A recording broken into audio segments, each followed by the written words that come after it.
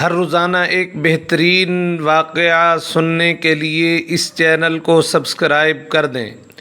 واقعہ سننے کے بعد لائک اور شیئر ضرور کیا کریں تاکہ آپ کا حصہ بھی ثواب کے اندر شامل ہو جائے۔ بسم اللہ الرحمن الرحیم۔ السلام علیکم ورحمۃ اللہ تعالی وبرکاتہ۔ حضرت براء بن عازب رضی اللہ تعالی عنہ سے روایت ہے کہ رسول اللہ صلی اللہ علیہ وآلہ وسلم نے ابو رافع کے پاس کئی انصاریوں کو بھیجا اور حضرت عبداللہ بن عتیق رضی اللہ تعالی عنہ کو سردار مقرر کیا۔ ابو رافع دشمن رسول تھا اور مخالفین رسول کی مدد کرتا تھا۔ اس کا قلعہ حجاز میں تھا اور وہ اسی قلعہ میں رہا کرتا تھا۔ جب یہ لوگ اس قلعہ کے قریب پہنچے تو سورج ڈوب گیا تھا اور لوگ اپنے جانوروں کو شام ہونے کی وجہ سے واپس لا رہے تھے۔ حضرت عبداللہ بن عتیق رضی اللہ تعالی عنہ نے کہا، تم یہیں ٹھہرو، میں جاتا ہوں اور دربان سے کوئی بہانہ کر کے اندر جانے کی کوشش کروں گا۔ حضرت عبداللہ بن عتیق رضی اللہ تعالی عنہ کہتے ہیں کہ میں گیا اور دربان کو ملنے کی تدبیر کر ہی رہا تھا کہ اتنے میں قلعہ والوں کا ایک گدھا گم ہو گیا اور وہ اسے روشنی میں تلاش کرنے کے لیے نکلے۔ میں ڈرا کہ کہیں مجھے کوئی پہچان نہ لے، لہٰذا میں نے اپنا سر چھپا لیا اور اس طرح بیٹھ گیا جس طرح کوئی رفع حاجت کے لیے بیٹھتا ہے۔ اتنے میں دربان نے آواز دی کہ دروازہ بند کرنا ہے، جو اندر آنا چاہے آ جائے۔ دربان نے حضرت عبداللہ بن عتیق رضی اللہ تعالی عنہ کو یہ خیال کر کے کہ یہ ہمارا ہی آدمی ہے، آواز دی کہ بندہ خدا اگر تو اندر آنا چاہتا ہے تو آ جا، کیونکہ دروازہ بند کرنا ہے۔ حضرت عبداللہ بن عتیق رضی اللہ تعالی عنہ کہتے ہیں کہ میں یہ سن کر اندر چلا گیا اور گدھوں کے باندھنے کی جگہ چھپ گیا۔ دربان نے دروازہ بند کر کے چابیاں ایک کیل میں لٹکا دیں۔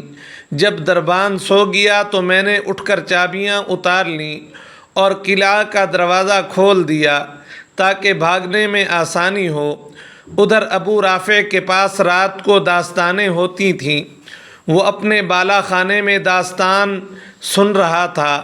جب تمام داستان کہنے والے چلے گئے اور ابو رافع سو گیا تو میں بالا خانے پر چڑھا، جس دروازہ سے داخل ہوتا تھا اس کو اندر سے بند کر لیا، اور اس سے میری غرض یہ تھی کہ اور لوگوں کو میری خبر ہو بھی جائے تو ان کے پہنچنے تک میں ابو رافع کا کام تمام کر دوں۔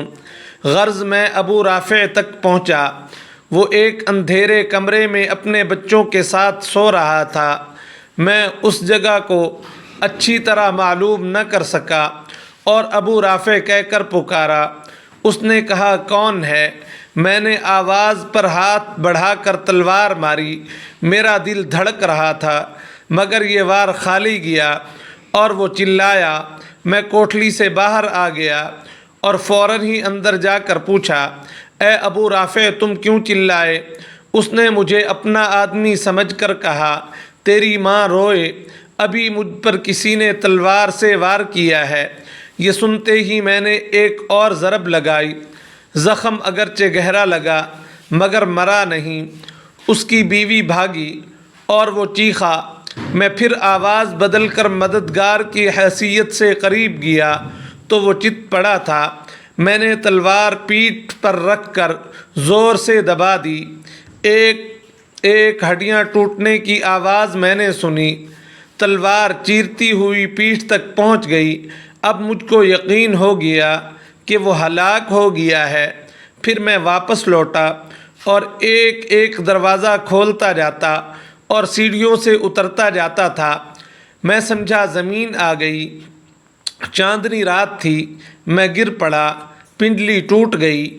میں نے عمامہ سے پنڈلی کو باندھ لیا اور قلعہ سے باہر آ کر بیٹھ گیا اور دل میں طے کر لیا کہ اس وقت تک یہاں سے نہیں جاؤں گا جب تک کہ اس کے مرنے کا یقین نہ ہو جائے۔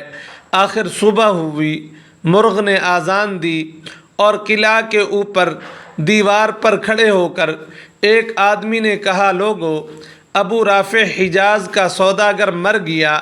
میں یہ سنتے ہی اپنے ساتھیوں کی طرف چلا اور ان سے کہا کہ جلدی چلو، اللہ تعالیٰ جل جلالہ نے ابو رافع کو ہلاک کر دیا۔ اس کے بعد ہم نے رسول اللہ صلی اللہ علیہ وآلہ وسلم کو آ کر خوشخبری سنائی۔ آپ صلی اللہ علیہ وسلم نے میرے پیر کو دیکھا اور فرمایا کہ اپنا پاؤں پھیلاؤ۔